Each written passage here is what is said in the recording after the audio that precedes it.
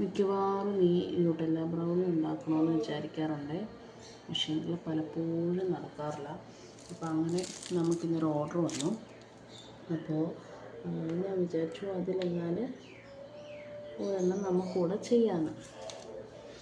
അങ്ങനെ നമ്മൾ ചെയ്തതാണ് ഈ ന്യൂട്ടെല്ല ബ്രൗണി. ക്രിങ്കിൾഡ് ടോപ്പൊക്കെയാണ് വന്നത്. മുകളിൽ നമ്മൾ ന്യൂട്ടെല്ലയൊക്കെ ഫില്ലിങ് കൊടുത്തത് കൊണ്ടാണ്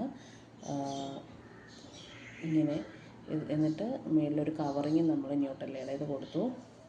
ഇതിലാണ് ബാക്കി പോർഷൻ മക്കൾക്ക് കൊടുക്കാൻ വേണ്ടിയിട്ട് വെച്ചിരിക്കുവാണ്. ഇനി ഒന്ന് ടേസ്റ്റ് ചെയ്ത് നോക്കട്ടെ.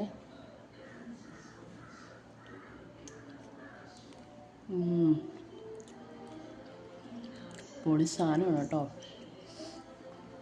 ഇത് നമ്മൾ നല്ല ചൂടോടെ കഴിക്കുകയാണെങ്കിൽ, അതായത് ഓവനിൽ നിന്നൊക്കെ എടുത്തിട്ട് ഒരു 10-15 മിനിറ്റൊക്കെ കഴിഞ്ഞ്, അതായത് ഒരു ചെറിയ ചൂടോടെ കഴിക്കുകയാണെങ്കിൽ നമുക്കിത് നിർത്താൻ പറ്റത്തില്ല കേട്ടോ.